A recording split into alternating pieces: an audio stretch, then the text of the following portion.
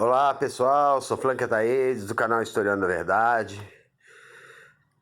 Antes de começar o vídeo, deixa o like, né? O like é muito importante para que o conteúdo da gravação seja indicado para outras pessoas lerem, né? E ultimamente, né? Aliás, ultimamente não.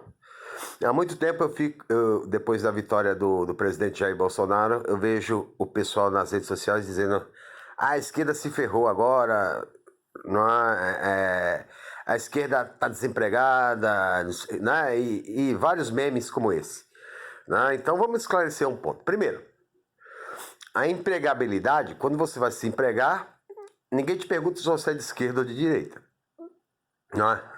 Até porque a opinião política não interessa a ninguém e ninguém está preocupado com isso. Agora a esquerda está ferrada. Não. Quem está ferrada são todos, não é? Porque a direita, obviamente, só quem não tem neurônios não percebeu ainda que o governo não tomou providência nenhuma para melhorar a condição da classe trabalhadora. Não é? A partir do golpe da Dilma Rousseff, que é a empregabilidade, aí vocês consultem o site do governo federal, era de 5,50%. O desemprego. Hoje já está beirando a casa dos 15%. Tá? E a esquerda perdeu? Né? A partir do momento que entrou Michel Temer, com o projeto Ponte para o Futuro, né? Disse que era necessário flexibilizar as leis trabalhistas para poder o mercado gerar emprego. Então cortou todos os direitos, né? Terceirizou as atividades e congelou os gastos públicos por 20 anos. Né? O que significa isso? O governo não pode investir mais além da correção inflacionária. Só não congelou os gastos públicos para os bancos, né? Para juros da dívida. Quem perdeu? A esquerda? Não, a classe trabalhadora toda, que pensa da direita e da esquerda. Né? Essa nova proposta da Previdência de capitalização. Quem perdeu? A esquerda se ferrou? Não, todos. Só que há um adendo aí, né? Os trabalhadores que militam, né, ideologicamente do lado da esquerda não são culpados. Agora os da direita são porque votaram e elegeram esse candidato. Né? Nós, por exemplo, da esquerda, pelo menos temos a consciência tranquila disso. A culpa não foi nossa. Né? Eu penso, por exemplo, que as políticas, já que trabalhador pobre de direita gosta tanto da direita, essas políticas todas que estão vindo aí, né, deveriam ser só aplicadas para o trabalhador de direita. Ah, eu sou de direita, então você vai receber, né? Você defende o meu governo, então você vai receber as minhas propostas de governo. Porque eu sou de esquerda, graças a Deus não receberia. Não é? Com a capitalização e a retirada de todos os investimentos, né, todos os impostos que eram direcionados para o sistema público, né, ameaça acabar também o sistema único de saúde. Quem vai ser prejudicado? O trabalhador pobre de direita, de esquerda ou os dois? Os dois. Né? Mas o de esquerda não é culpado porque não votou nesse candidato. Né? O que nós, trabalhadores de esquerda, teríamos a ganhar? Primeiro, com certeza, a fraude que houve, que o Intercept Brasil está mostrando agora, né, e que tem muita gente dizendo que foi criminosa, né? Primeiro a gente tem que lembrar, o vazamento da conversa da presidente foi criminosa? Foi, mas a direita não fala. A condução coercitiva do Moro para fazer aquele espetáculo todo contra o ex-presidente Lula foi criminosa? Foi, porque não há, a condução coercitiva só se dá a partir do momento em que o preso, né, ou o convocado pelo Ministério Público se nega 2 vezes. Não é? Então foi criminosa e espetaculosa. Ali ele já estava testando, né, principalmente o pobre de direita, né, se ele teria capacidade de prender o ex-presidente Lula ou não. O habeas corpus negado pela primeira vez na história do Brasil, desde a Constituição de 1988, que o Moro interferiu para evitar a liberdade do ex-presidente Lula, porque o habeas corpus ele tem que ser cumprido imediatamente. Por quê? Né? A liberdade precede a prisão. E por que ele não foi libertado? O Moro interferiu. Não é? Esse presidente hoje, ele está eleito, e a gente já sabe pelos vazamentos que virão, né? E ontem o ex-juiz, né? O ministro Sérgio Moro, se propôs, já se antecipou para ir no Senado. E a gente conseguiu perceber o porquê, não é? Porque o Senado tem maioria que defende o governo, e é sempre assim, não é? E os senadores que fizeram pergunta para ele, que defende o governo, não fizeram pergunta, passaram a mão nele, na cabeça dele, né? Ninguém, e os da esquerda que perguntaram, ele, né, fingiu que não ouviu e não respondia. Né, como vazamento, né, como vazamento do Palocci, que não foi nem homologado pela Lava Jato, portanto, isso foi um crime. Né? Para se ter uma ideia, nos Estados Unidos, em 2006 e 2007 foi mandado 2 magistrados que foram exonerados do serviço público e os promotores também, por ter trocado conversas telefônicas a respeito de um mesmo processo, dos qual os 2 participavam. Foram demitidos sumariamente. Por quê? Isso não é normal o que ele falou. Conversar com o promotor sobre estratégia do caso. Porque ele não conversou com o advogado. Ele conversou só com o promotor. Eu vou dar uma situação hipotética e eu quero ver se vocês concordam. Né? Se você tem um filho preso, né, numa blitz policial, ele para, o policial não vai com a cara dele, coloca lá uma porção de maconha e dá uma prisão em flagrante nele, né? Crime de tráfico é inafiançável. Ele vai para a instrução processual. E no meio da instrução processual você percebe que, né, o promotor está se alinhando com o juiz para condenar o cara, sem conversar com o advogado de defesa. E aí seu filho é condenado, mesmo sem ter cometido o crime.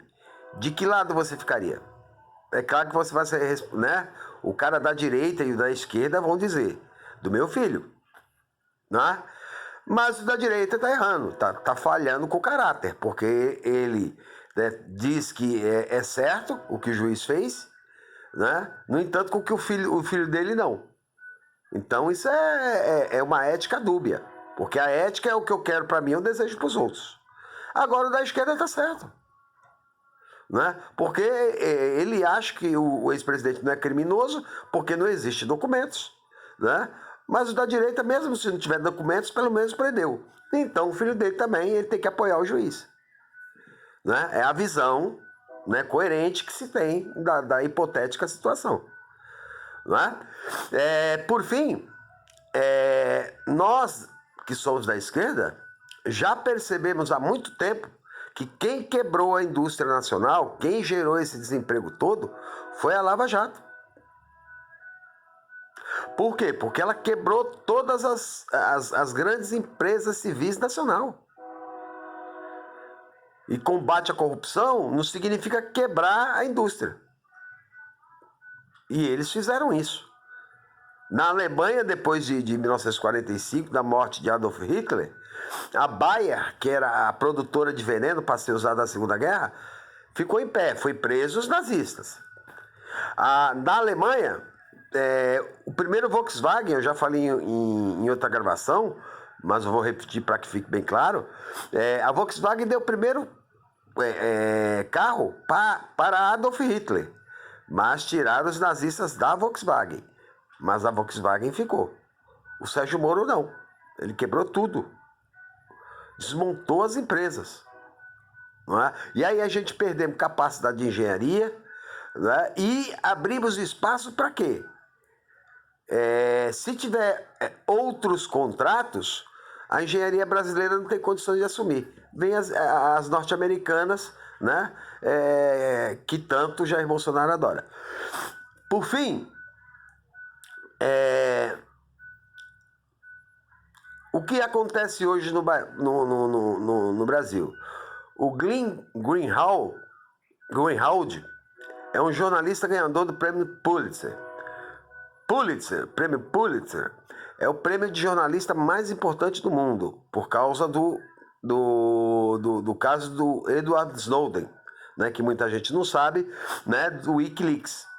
O Edward Snowden também foi criminalizado que nem o Glenn, porque ele quis mostrar para a sociedade que o governo grava todos os seres humanos do planeta. Brasileiros, qualquer ser humano do planeta que tenha o sistema Google, Yahoo, né, no seu celular, o governo pode gravar. Eles conseguem. Né, inclusive sua privacidade. E o Snowden, né, conseguiu provar tudo isso. E o repórter que encarou isso aí foi o Glenn Greenwald, tanto que ele ganhou o Pulitzer. Ganhou o prêmio ESSO. Então ele é um dos jornalistas que ele, enquanto o Moro tem acesso ao ratinho, né, que não passa de um rato, né, que está ganhando dinheiro para falar, ser favorável à reforma da Previdência, porque ele não precisa de Previdência, assim como Ana Hickman, assim como a outra lá, a que deu o golpe da barriga do Mick Jagger, Luciana Gimenez.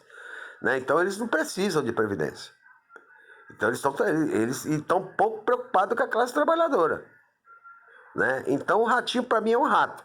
Enquanto ele aparece no ratinho, o Greenwald, ele dá entrevista no New York Times, dá no Washington Post, na BBC de Londres. Não é? O alcance é muito maior e o mundo está vendo tudo isso. Não é? O que para a golpista Globo, a imprensa PIG, né, passou como normal, para o mundo todo não. E a Globo não consegue segurar o que pode acontecer ao país. Por quê?